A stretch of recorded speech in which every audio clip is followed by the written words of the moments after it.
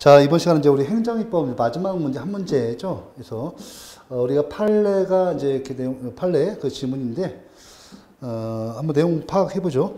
그 판례 따를 때 행정입법에 관한 설명으로 가장 옳지 않은 것입니다. 3번 문항 봐볼까요? 요거 좀 틀리다고 된 건데 이렇게 이제 좀 한번 요것이 반복 출제 가능성이 있어서 한번 그 문제 보는 겁니다. 가공품의 원료로 가공품이 사용될 경우 원산지 표시는 원료로 사용된 가공품이 원료 농산물의 원산지를 표시하여야 한다는 농림부 고시인 농산물 원산지 표시 요령은 법규 명령으로서의 대외적 구속력을 가진다. 행정기초로 봤거든요. 그래서 우리가 보시면 요 내용인데 이건 뭐 틀려낸 건데 우리가 한번 요 내용을 혹시라도 이 지문 중에서 한두 개는 꼭 나올 수 있어서 해놓은 겁니다. 그래서 우리가 이거 보시면 이제 이거는 이 내용이 잘되어 있죠. 그 기존 가공품의 원료로 가공품이 사용될 경우 원산지 표시는 원료로 사용된 가공품의 원료 농산물의 원산지를 표시하는다는 농림부 고시인 농산물 원산지 표시 요령은 이거 행정 기초로 봤습니다. 그래서 대외적 구속력을 인정하지 않았죠. 그 내용을 한번 제가 한번 읽어드릴게요. 이거는 나머지 다 맞는 지문이어서 자 65페이지 그 8번에 03번 해설 문제 보겠습니다. 해설 지문 볼게요. 농림부 고시인 농산물 원산지 표시 요령 제4조 제2항의 규정 내용이 근거 법령인 농산물 품질관리법 시행규칙에 의해 고시로서 정하도록 위임된 사항에 해당한다고 할 수 없어 법규 명령으로서 대외적 구속력을 가질 수 없다. 이렇게 해서 서울시 국문제인데 사실 그 라인 추정 문제입니다. 나머지는 쭉 보고 넘어가도록 하겠습니다. 자, 법률의 위임 규정 자체가 그 의미 내용을 정확하게 알 수 있는 용어를 사용하여 위임의 한계를 분명히 하고 있는데도 고시에서 그 문헌적 의미의 한계를 벗어난다면 위임의 한계를 일탈한 것으로서 허용되지 아니한다. 이렇게 두시고요.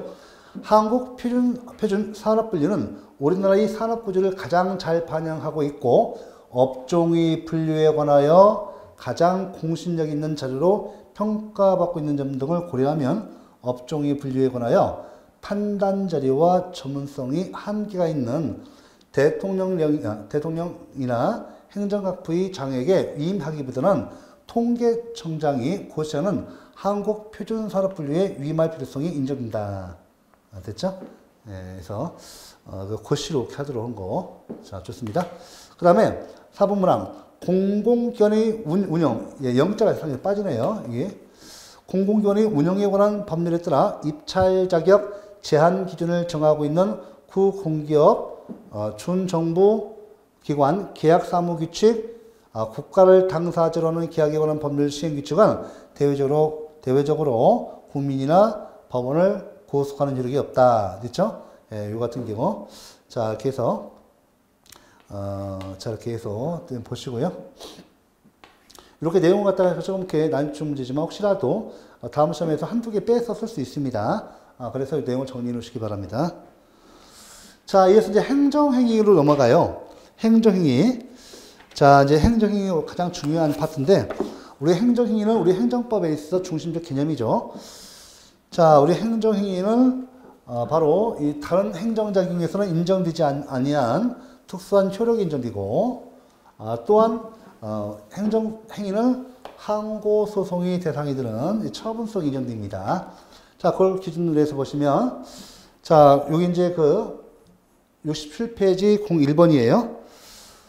이 문제는 두 번 나왔어요. 두 번 나와서 제가 한 번 더 실어 놓은 건데, 2011년 지방직법도 나왔지만, 그 이후로 한 5년 뒤에 또 한 번 나왔습니다. 보시면, 설문 보시면, 교도소장 X는 복역 중인 갑이 변호사에게 보내기 위해서 발송을 의뢰한 서신을 법령상 검열 사유에 해당하지 않음에도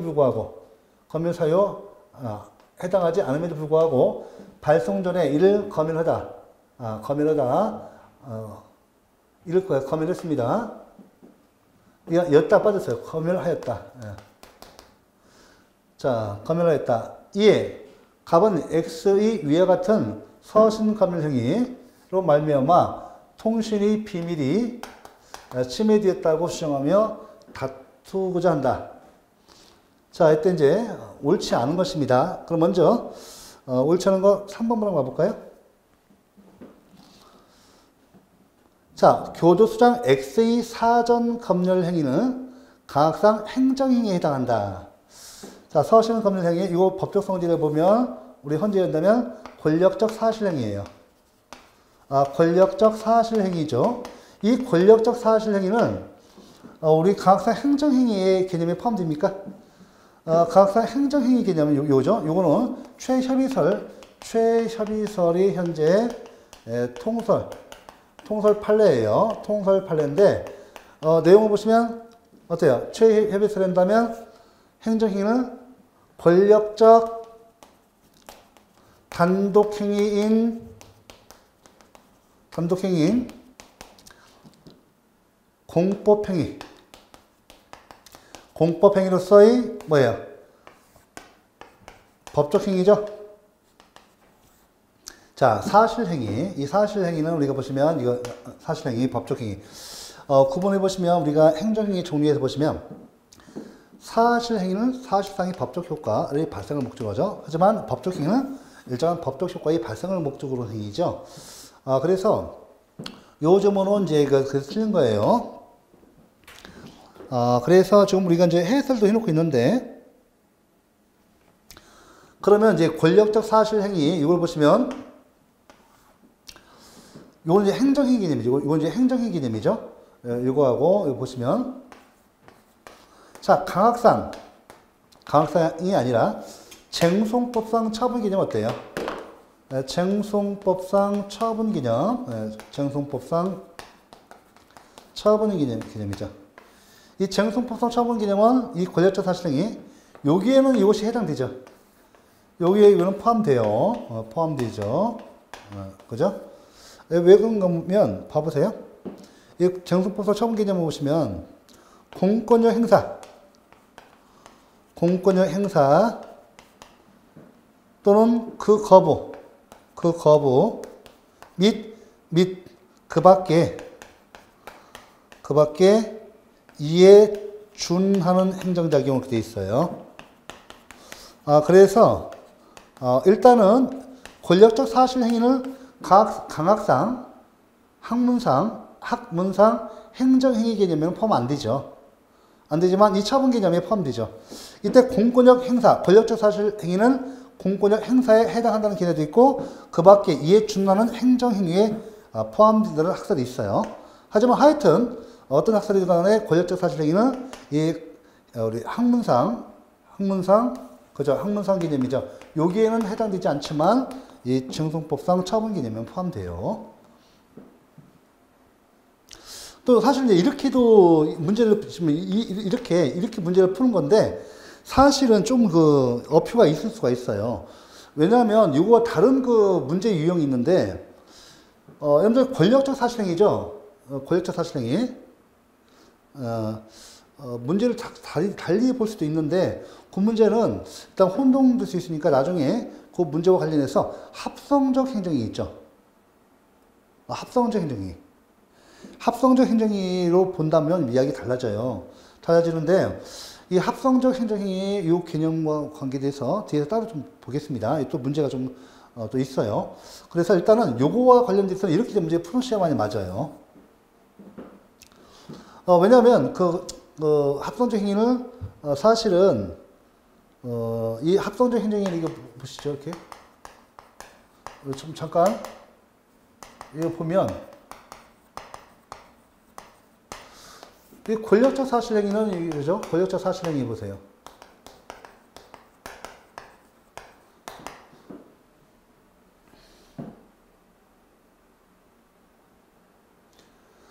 보통 우리가 이제 그 보시면 합성적 행정의 내용 관계돼서 이 플러스 수인하면 관계돼서 이렇게 되죠.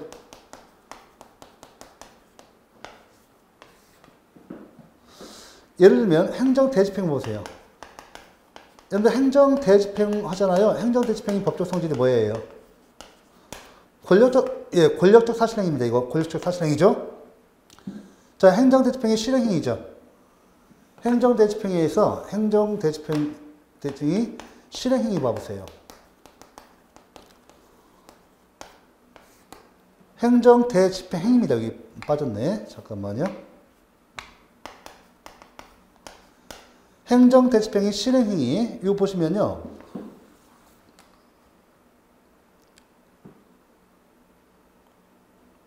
이거 권력적 사실행위죠. 하면서 우리 행정 대집행할 때 실행행위를 했다가 우리 국민들은 수행 의무가 주어져요. 그래서 이렇게 권력적 사실행위와 수행하면 합쳐서 혼합적 행정이 합성적 행정이 합성적 행정이 이런 개념으로 사용하는 개념도 있어요. 이건 문제 유형이 약간 달라요. 그래서 이거는 따로 이렇게 그와 관련돼서 설명드리겠습니다. 하여튼 이제 권력적 사실 행위도 하세요. 이 수인하명과 결합해서 이런 행위 같은 경우죠.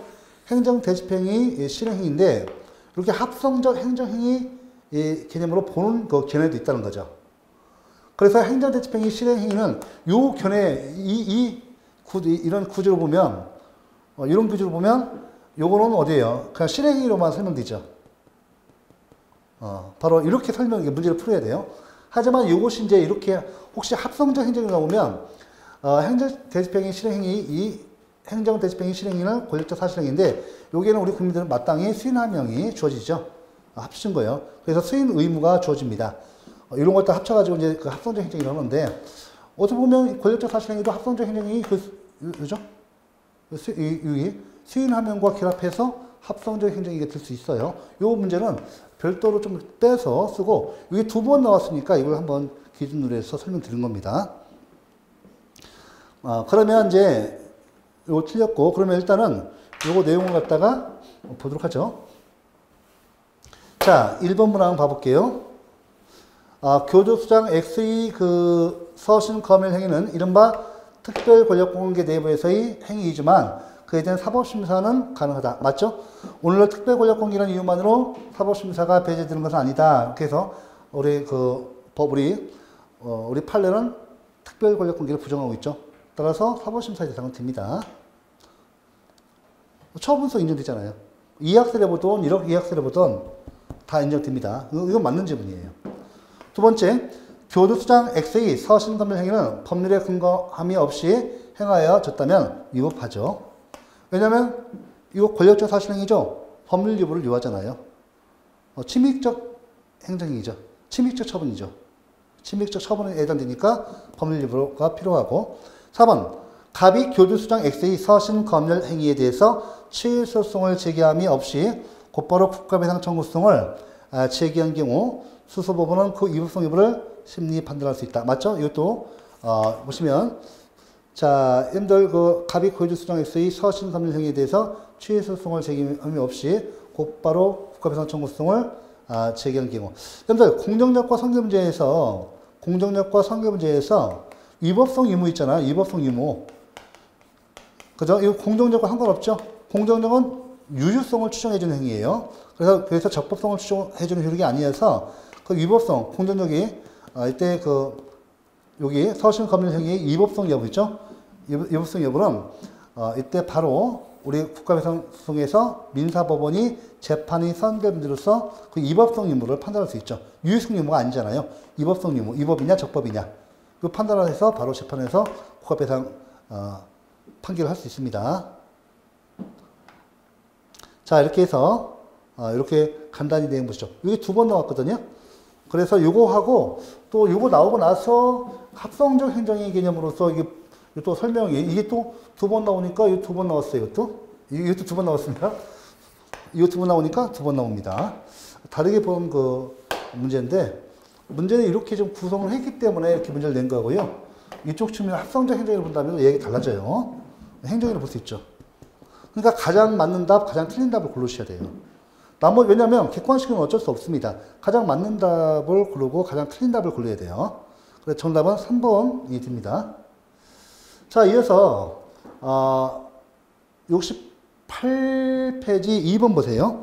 68페이지 2번. 자, 박스 문제 나왔죠. 이것도 또 기존 지문을 갖다가 이제 모아서, 기출지문을 모아서 해놓은 겁니다. 자, 행정행위에 관한 설명을 옳지 않은 것을 모두는 것은 연습 보셔야죠. 자, 정답은 4번이에요. 디귿번과 리을입니다. 예, 디귿번과 리을번이죠. 이게 정답이에요. 옳지 않은 거. 자, 1번 보세요. 자, 기업번 먼저 맞는 질문을 볼게요. 행정권한을 위임받은 사인도, 이게 뭐예요? 공무사 사인이죠. 공무사 사인이에요. 행정권한을 위임받은 사인도 행정청으로서 행정행위를 할 수 있다. 맞죠? 맞습니다. 공무사 사인은 행정주체이면서 행정기관이 되는 거죠. 당의 행정청이 되는 거예요. 이거 맞는 질문이에요. 이자의 행위는 행정이니까 이자의 행위가 위법한 처분이면 이때 취소소송 등을 제기할 수 있죠. 2번, 부하 공무원에 대한 상관의 개별적인 직무명령은 행정행위가 아닙니다. 맞습니다. 대외적인 행위죠. 외부적 행위입니다. 행정기관 내부에서 벌어지는 거죠. 자, 우리 행정의 성립 요건에서 내부적 성립 요건, 외부적 성립 요건 있잖아요. 외부적 성립 요건 밖으로 표시돼야죠. 행정기관 내부에서 행위되는 행위고요. 자, 니은 맞고 디귿번, 일정한 불복기간이 경고하거나, 이거 뭐예요? 불과정이 발생했던 거죠. 일정한 불복기간이 경고하거나 쟁송수단을 다 갖춘 후에는 더 이상 행정행위를 다툴 수 없게 되는 효력을 행정행위 뭐라고 한다? 불가정력이라고 하죠. 이 틀렸어요. 불가정력. 이 불가정력을 말하죠. 불가정력을 말합니다. 행정행위 효력이죠. 불가정력이고요. 그 다음에 리을 볼까요? 판례에 따르면 행정행위 집행력은 행정행위 집행력입니다. 행정행위 성질상 당연히 내지 않은 효력으로서 별도의 법적 권고를 요하지 않는다. 틀렸잖아요. 제가 말씀드렸죠. 이게 행정행위 효력에서도 좀 문제되는 건데, 많이 설명했던 건데, 이것이 행정의 실효성 확보선에서도 자력 집행력 관계되죠. 자, 이거 줄여서 행정이 이 자력 집행력이에요. 줄여서요. 요거는 그 두 가지를 지금 정리하고 할게요. 행정의 실효성 확보선에서 또 합니다. 두 가지를 정리해야 하는데, 이 행정행위 효력에서 우리 행정행위 효력.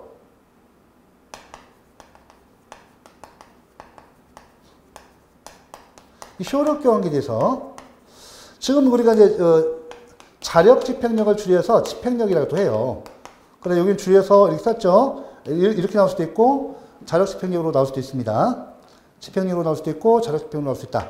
자, 이 행정행위 효력에서 자력 집행력은 행정행위 중 어디에만? 하명에만 인정돼요. 하명에만 인정하죠. 인정합니다. 다른 거 인정 안 돼요. 하명에만 인정됩니다. 하명은 의무를 부과하는 행위죠. 하명은 의무를 부과하는 뭐예요? 이거 부담적 행정이죠? 그죠? 근거 법규에서 부담적 행정이니까 뭐가 필요해요, 이거? 하명을 하기 위해서는 이 하명이 근거법이 필요해요. 법률의 유보, 법률의 근거, 법률 유보가 이렇게 하명에 관한 법률 유보가 필요하죠. 자, 하명은 단지 하명 뭐예요? 하명의 내용은 뭐예요? 단지 하명의 내용은 의무만을 부과한단 말이에요. 의무만을 부과하죠. 그런데요, 이 의무를 부과했는데 의무를 부과받은 자는요, 의무자가 됩니다.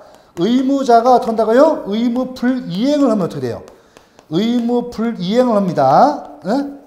예를 들면 이 하명 뭐예요? 건축법에서 무허가 건축물에 대해서 철거 명령이 있는 거예요. 무허가 건축물에 대해서 철거 명령은 건축법에 이때 있어야만이 철거 명령을 하명할 수 있어요. 왜? 부담적 행정이니까. 그런데요, 의무를 부과했는데 이 무허가 건축물 소유자가요, 의무 불이행을 합니다. 철거를 안 해요. 철거를 안 하면 어떻게 돼요? 이 철거를 안 하면, 이 철거를 안 합니다. 의무 불이행 있죠? 철거를 안 해요. 그럼 어떻게 돼요? 자, 행정대집행법이죠?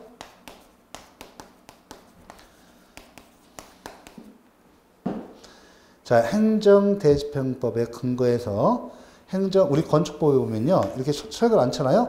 행정대집행법에 근거해서 대집행을 하도록 돼 있어요. 그죠? 그러면 행정대집행법에 의한 대집행이 있죠? 이거 뭐야? 이게 뭐야, 이게? 행정상 강제집행이죠? 행정상 강제집행 일종이에요. 행정상 강제집행이 일종입니다. 강제집행이 수단이죠.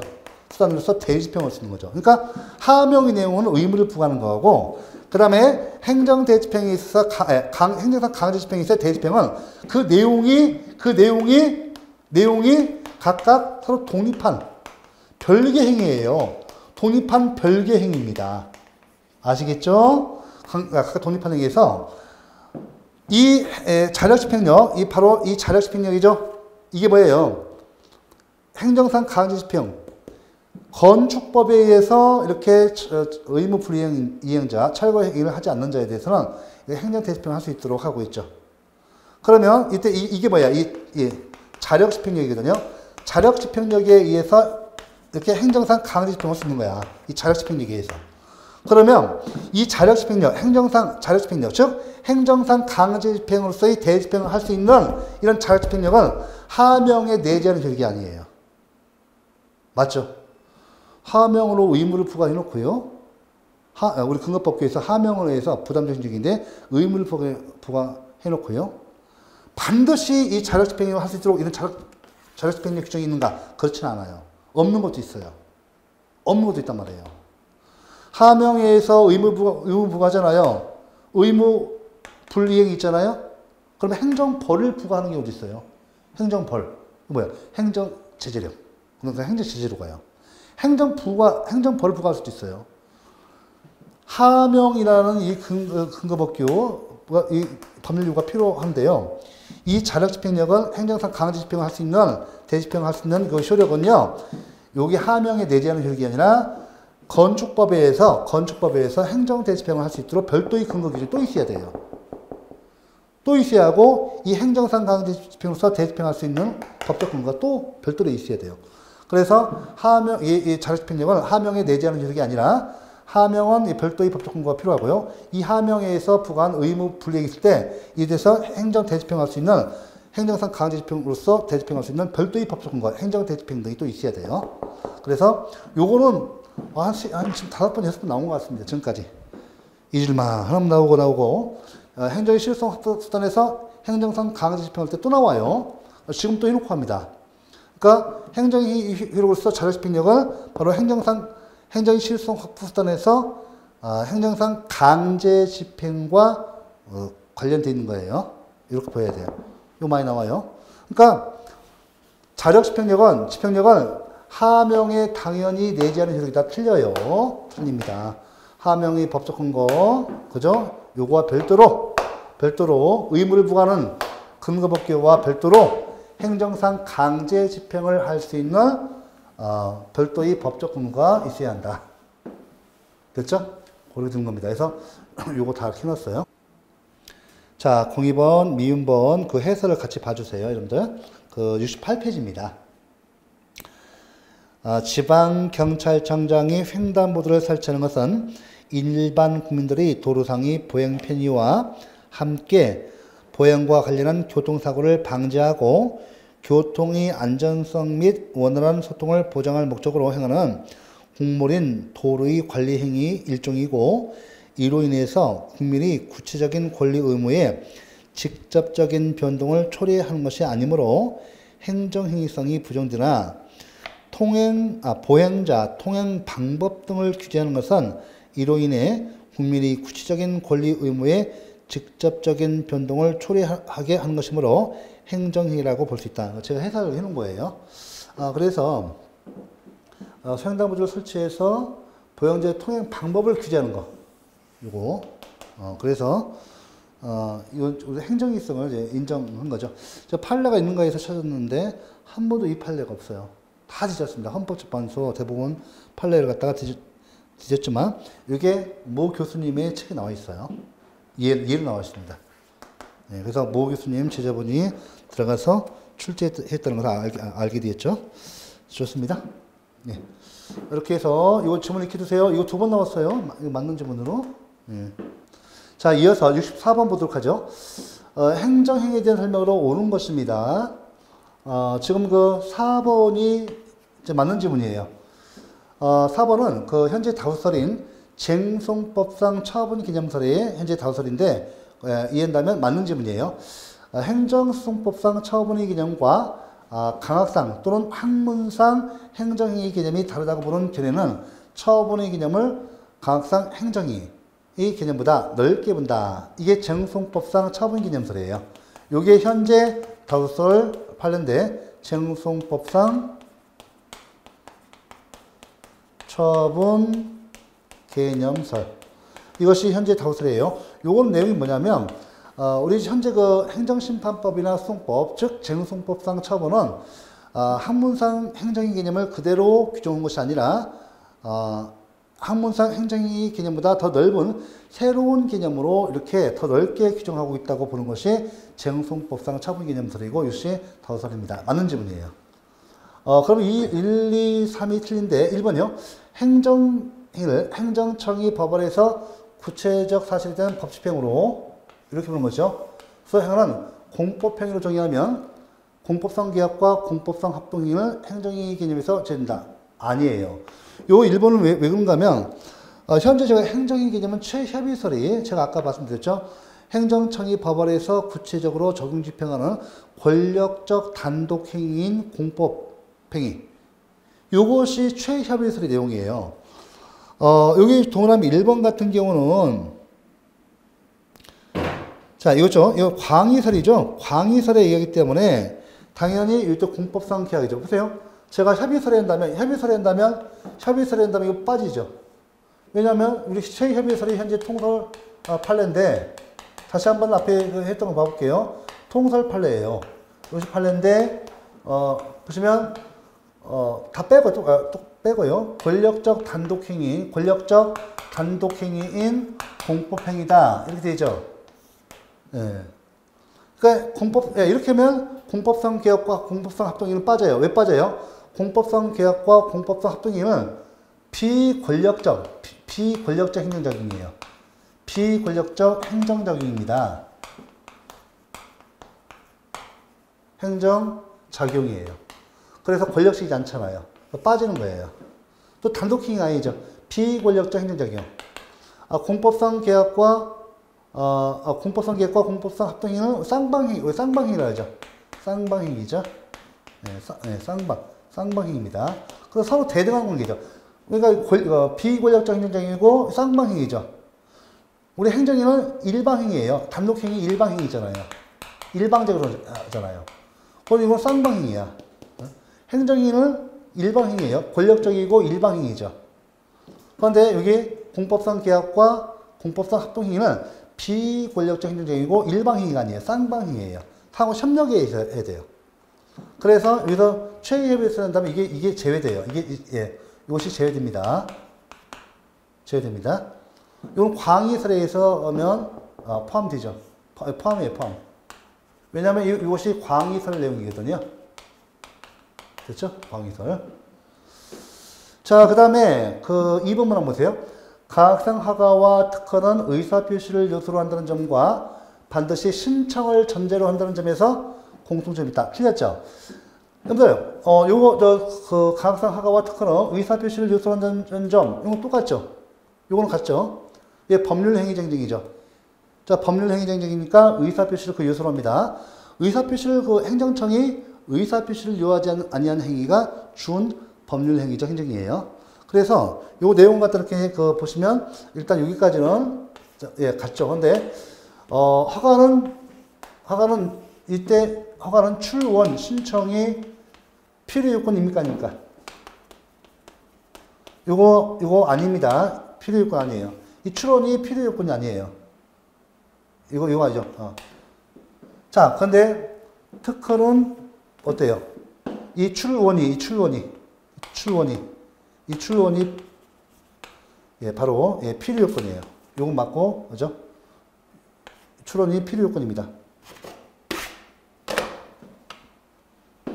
자, 보시면 필요 요건이죠. 허가는 필요 요건이 아닌데요. 특허 출원과 인가 출원은 이 출원이 필요 요건입니다. 이게 중요해요. 허가는 이 출원이 신청이 필요 요건이 아니죠. 통행금지 해제는 허가죠. 허가입니다. 우리 주민들이 통행금지 해제를 신청한 바 없는데 행정청이 통행금지 해제 신청이 있는 것으로 착오해서 통행금지를 해제하는 거. 이것도 무효로 되는 건 아니에요. 무효로 되는 것은 아니죠. 왜요? 허가의 출원이 필요 요건이 아니기 때문에요. 예, 무출원 특허, 그러니까 시키면은, 그죠? 우리 허가는 무출원 허가죠? 이거 무효가 아니에요. 이거 무효 아닙니다. 무효 안 돼요. 왜냐면 필요 요건이 아니기 때문에. 근데 이거는요, 무출원 특허 인가죠? 이거 무효예요, 무효. 이 차이점이 이렇게 있는 거예요. 많이 연습했던 거죠? 예, 이렇게 해놓으시고.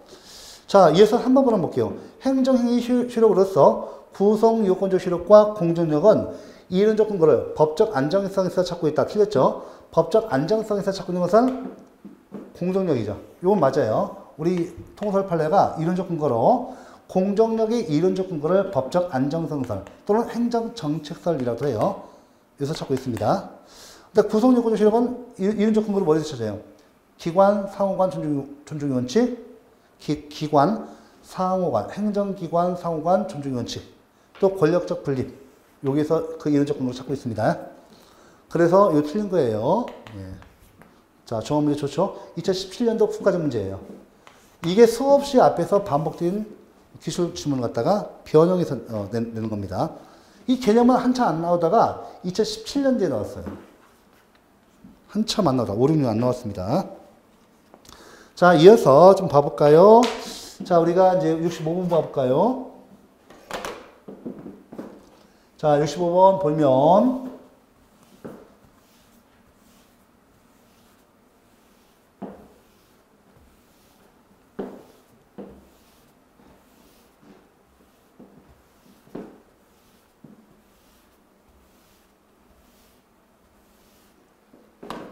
자, 우리 70번 이제 보시면, 자, 행정의 개념이죠. 2009년, 우리가 2009년도 관리사 문제인데, 이 문제가 굉장히 좋은 문제에서 됐어요. 이 문제는 그 이후도 많이 변형돼서 나왔기 때문에, 다시 보는 겁니다. 자, 옳지 않은 것인데 3번 문항 봐보세요. 3번 문항.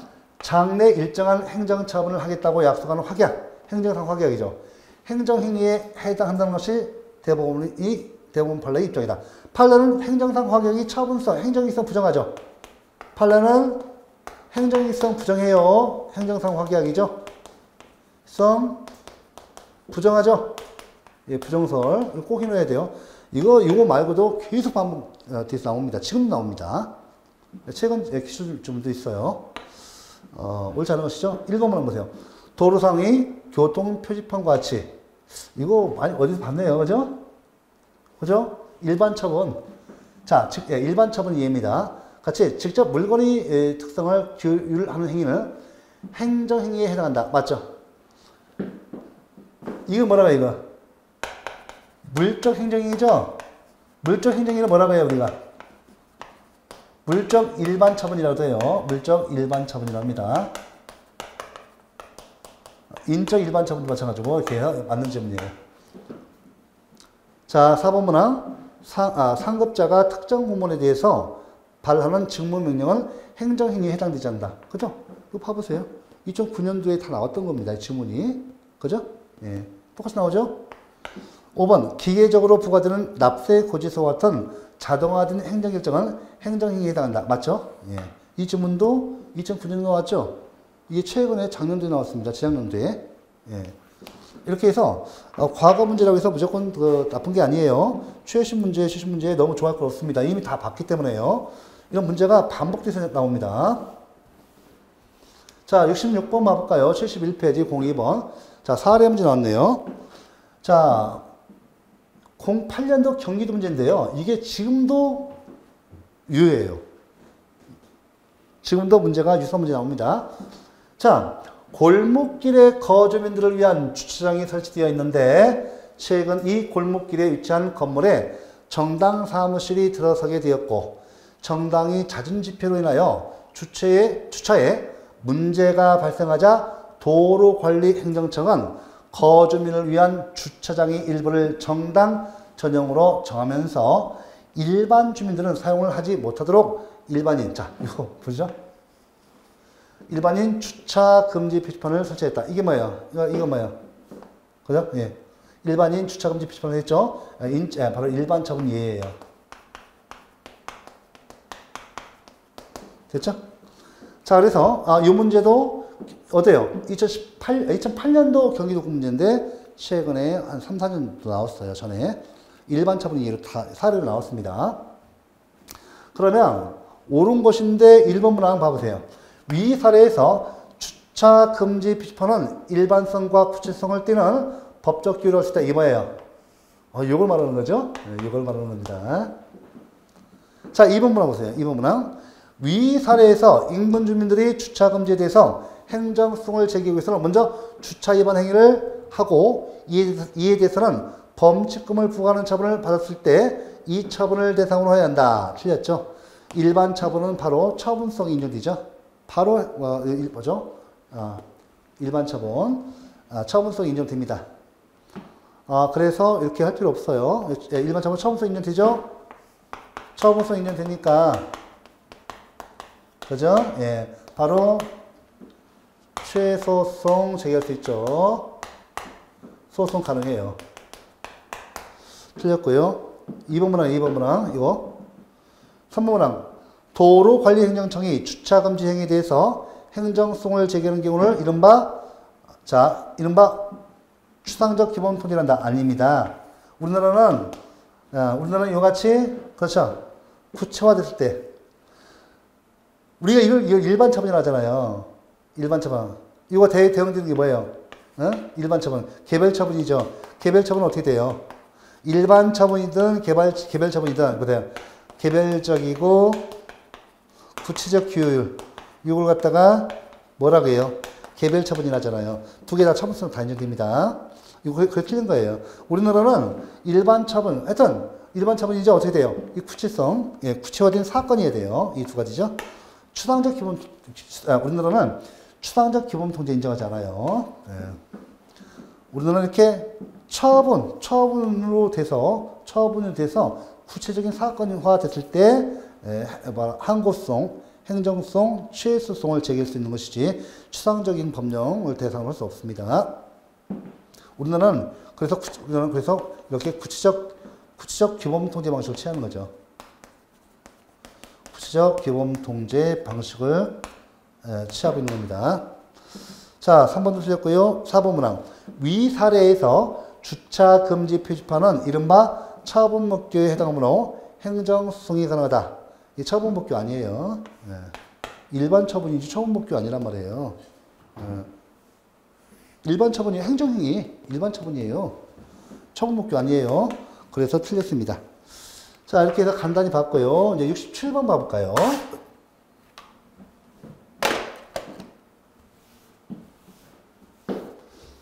자, 이렇게 보시면 내용을 봐볼게요. 자, 이 사례 나왔죠. 제가 왜 써놨겠어요? 이 문제가 한참 많이 나오다가 지금은 이제 또 안 나와요. 이제 사례 문제로 지문으로 나옵니다. 다시 나올 때 됐어요.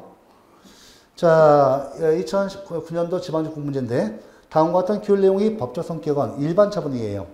이게 인적 일반 처분이야. 그러니까 인적 일반 처분이든 물적 일반 처분이든 모두 일반 처분으로서 처분성 인정됩니다. 자, 이건 어떤 일반 처분이에요. 뭘 고르셔야 돼요?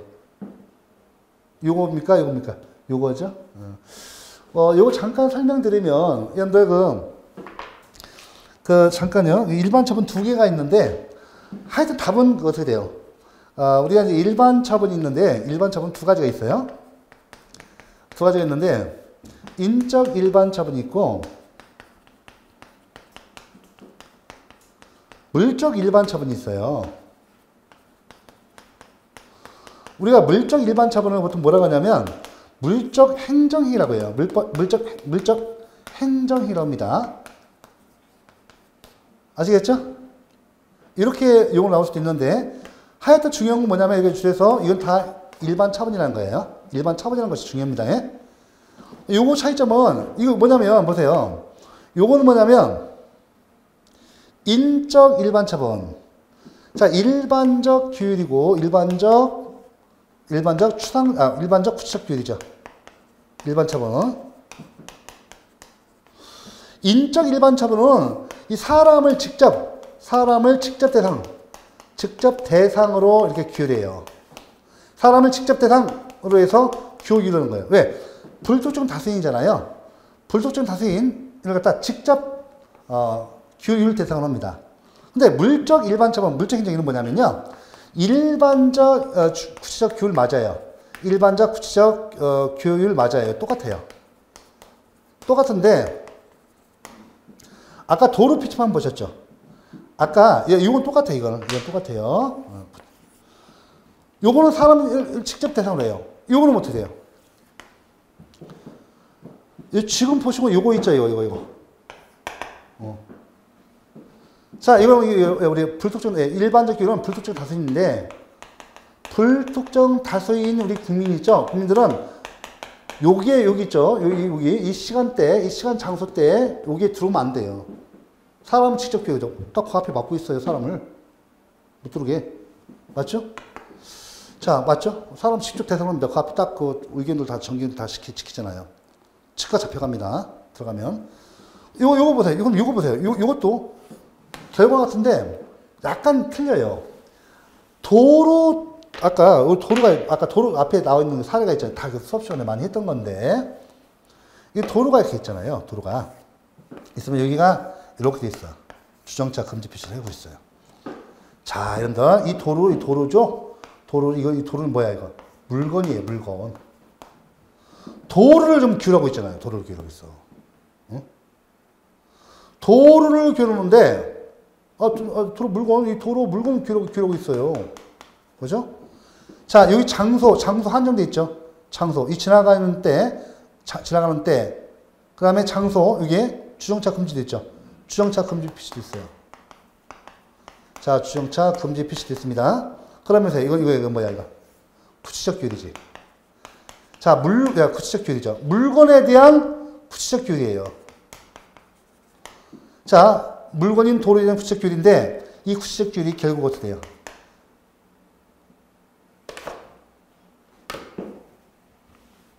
이 구체적 규율인데, 이 물건에 대한 규율, 보세요. 결국 이 도로를 갖다가, 보세요. 이 도로를 직접 규율하죠. 이 도로를 직접 규율해요. 그런데 이 도로를 직접 규율하는데요. 이 도로에서 차량을 끌고 다니는 사람. 주차금지 차량 아니에요. 주정차금지 차량. 차량 쓰면 안 돼요. 차량 끌고 다니는 사람 누구예요? 사람이죠. 운전자, 사람이죠. 결국 차는요, 이 도로에서 여기 쓰면 안 돼요. 그런 경우 어떻게 돼요? 이 물건을 직접적으로 규율하지만, 그죠?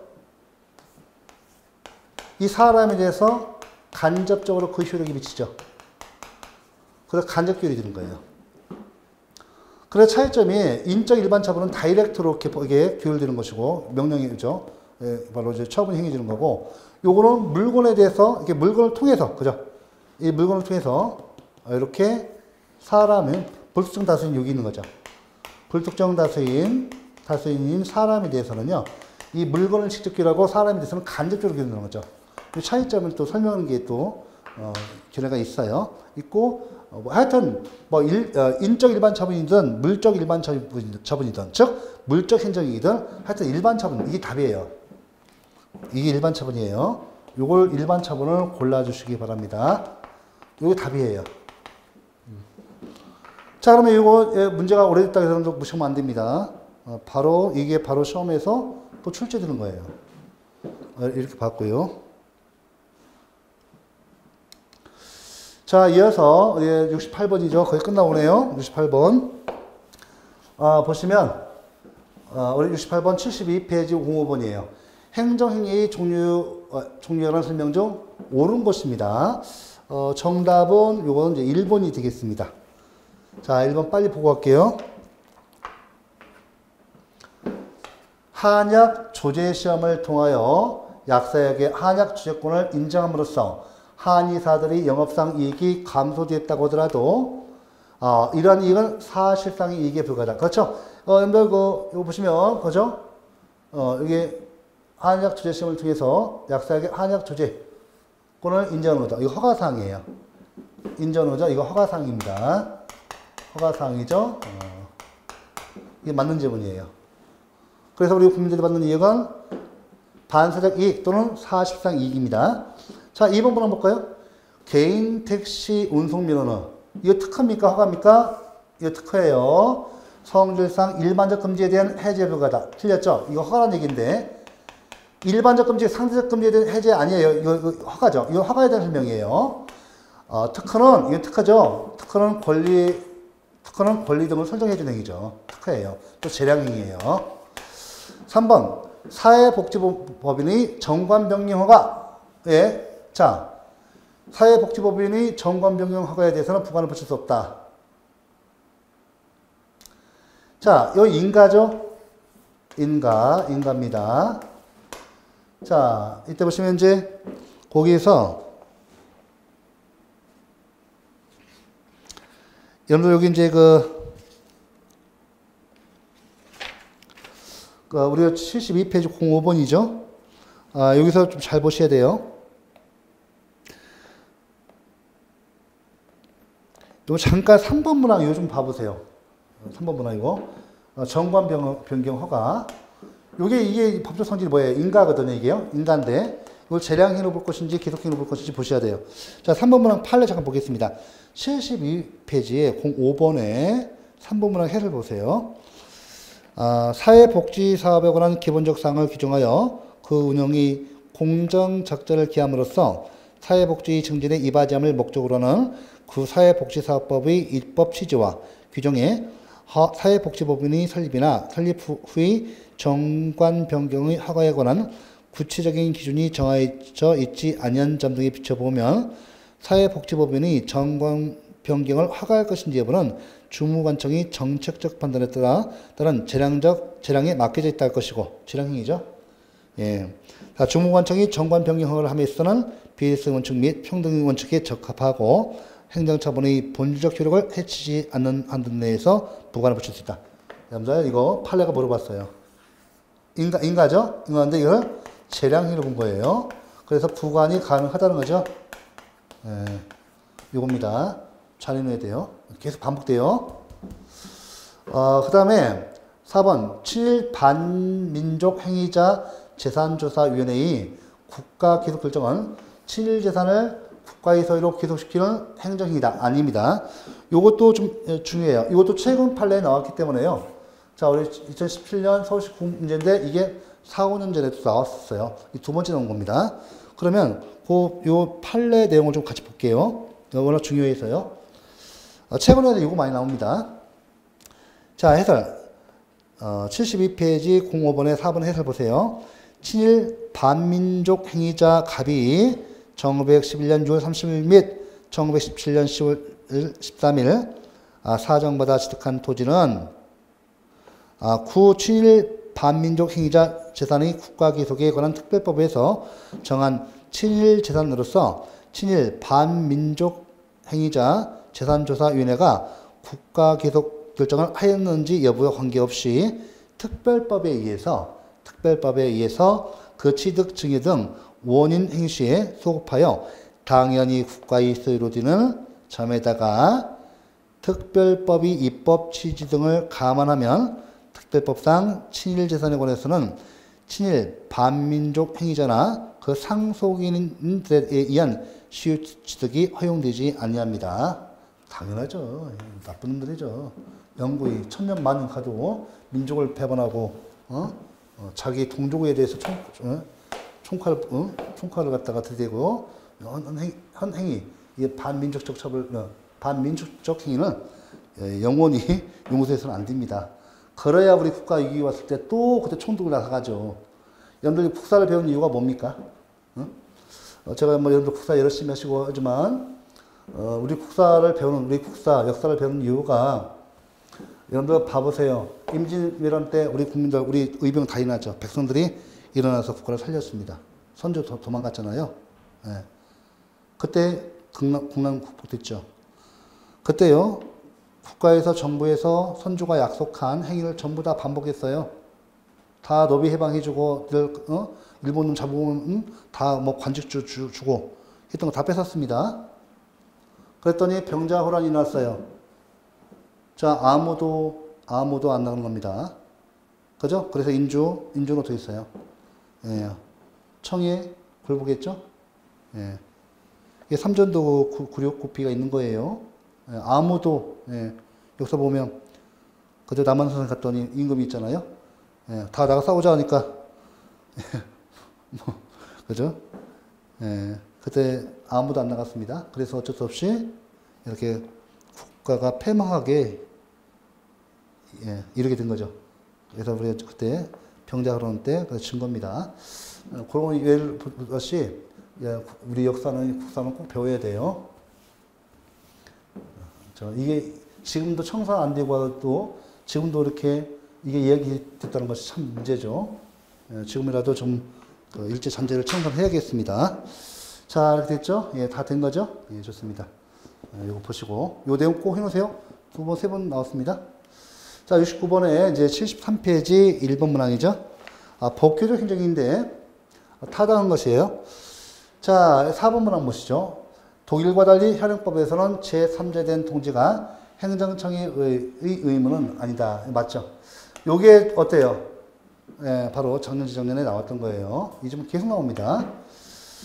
자, 1번 문항 볼게요. 법규적 행정기능은 공권의 확대와 경영과 관련이 없다. 아니죠.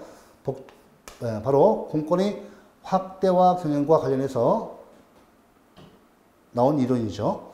그 다음에 행정이 적극적인 조정 기능이 증대되면서 법규적 행정기능은 점차 줄어들고 있다. 아니죠. 점차 증대되고 있죠. 3번 행정심판위원회를 필요하다고 인정할 때는 그 심판 결과에 대해서 이해관계가 있는 제3자는 그 사건에 참가시켜야 한다. 자, 여러분들 행정심판위원회는 필요하다고 인정할 때는 그 심판 결과에 대해서 이해관계가 있는 제3자에게 그 사건에 참가시킬 수 있습니다. 틀렸어요. 시킬 수 있습니다. 그 다음에 5번 문항. 행정소송법은 제3자에 의한 재심 청구에 대해서 명문으로 규정하고 있지 않다. 아닙니다. 예, 규정하고 있습니다. 여기서 틀렸어요. 그래서, 자, 이거. 이렇게 해서 타당한 것은 01번의 답이 4번이죠. 이렇게 해서 내용 보셔야 돼요.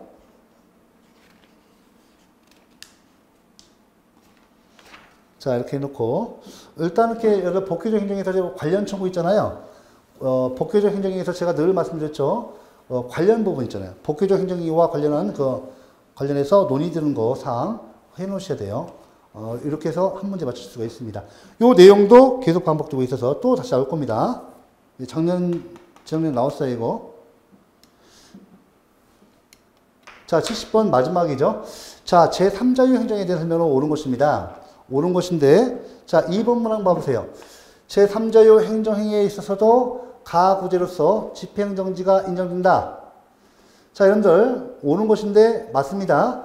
이때 제3자유 행정행위에 있어서도 가구제로서 집행정지가 인정되는데, 이때 중요한 건 뭐냐면, 이 제3자가 원고일 때만 인정돼요. 참가인일 때는 이 집행정지가 인정돼야 안 됩니다. 이거 잘 나와요. 법전문과 관계돼서 잘 나옵니다. 원고일 때만 집행정지가 인정되지, 참가일 때는 집행정지 인정 안 돼요. 자, 요거까지 알아주셔야 돼요. 자, 1번 문항. 제3자유 행정행위에 있어서 일방이 소송을 제기한 경우에 타방은 행정청과 함께 공동피고가 된다. 자, 그렇지 않습니다. 공동피고가 안 됩니다. 우리나라는 이런 제도 없어요. 공동피고를 하지 않습니다. 제3자유 행정에 있어서 일방이 소송을 제기한 경우에 타방은 행정청과 함께 공동피고가 된다. 공동피고제도 없어요. 공동피고제도 채택하고 있지 않습니다. 이거잖아요. 행정청이 있고 상대방 갑이 있잖아요. 그러면 여기는 이제 이렇게 여기 상대방이고 요거 제3자가 이해관계인이죠? 3자가 그죠? 원고예요. 소송을 제기해 볼게요. 이때 누가 피고가 되는 거예요? 이 사람이 피고가 되는 거예요. 당연히 행정청만 피고가 되는 거예요. 그러니까 취소송 제기하면 맞죠? 이렇게 이때 공동피고가 안 돼요. 이때 제3자는 이때 참가인이 되는 참가인. 그죠? 당행정을 피고합니다. 원고 피고. 반대로 이자가 제기하면 이제 제3자가 되죠. 공동피고 안 돼요. 공동피고제도 채택하고 있지 않습니다. 그거 틀렸어요. 3번. 차업운동이 취소 판결은 제3자에 대해서 효력이 없다? 아니죠. 판결이 되세요. 보셨죠? 판결이 되세요. 제3자에게 미치는 효력. 이 둘 간의 행정소송을 했는데 그 효력이 이렇게 미치니까 그래서 제3자에게 원고적격, 참관적격 단정하는 거예요. 이게 뭐예요? 판결이 뭐예요? 판결이 되세요. 판결이 되세요. 요에 의해서 이거 뭐예요? 이건 판결이 효력 중 형성력에 의해서 인정되는 거예요. 맞죠? 이렇게 있어요. 틀렸어요. 기와학은 제3자유 행정에 해당한다. 아니죠. 기와학은 특정인에 대한 거잖아요. 기와학은 특정인에 대한 겁니다. 해당하지 않습니다. LPG 충전소 설치화가 납골당화가 이런 거잖아요. 기와학은 아니죠. 상대방에 대해서만 인정되죠. 그 다음 5번. 제3자유 행정이 제3자는 법률상 이익 여부와 상관없이 행정심판 청구 적격, 행정소송의 원고 적격을 가지지 않는다. 틀렸죠. 제3자유 행정에서 제3자는 법률상 이익이 있는 경우에 이때 행정심판에서 청구인 적격, 이 제3자잖아요. 청구인 적격, 피고로 해서 청구인 적격, 또 원고 적격 가져요. 행정심판에서 청구인 적격, 행정소송에서 원고 적격이 인정되죠. 왜? 이때 제3자, 제가 분명히 말씀드렸어요. 이 제3자를 제가 이해관계인이라 했잖아요. 이해관계인. 이해관계인은 뭐냐면 법률상 이해관계인이에요. 제3자는 법률상 이해관계인입니다. 그래서 유무와 상관없이 틀린 거예요. 요거 있을 때만 법률상 이익 있는 자, 법률상 이해관계인, 법률상 이해관계인, 법률상 이익 있는 자, 법률상 보호 이익 있는 자 이렇게 얘기해요. 상관없이 틀렸습니다. 이렇게 해서 제3자유 행정행위까지 봤습니다. 이번 시간은 여기까지 하고 나머지 그 한 문제 더는 다음 시간에 보도록 하겠습니다. 이번 시간 수고 많으셨습니다.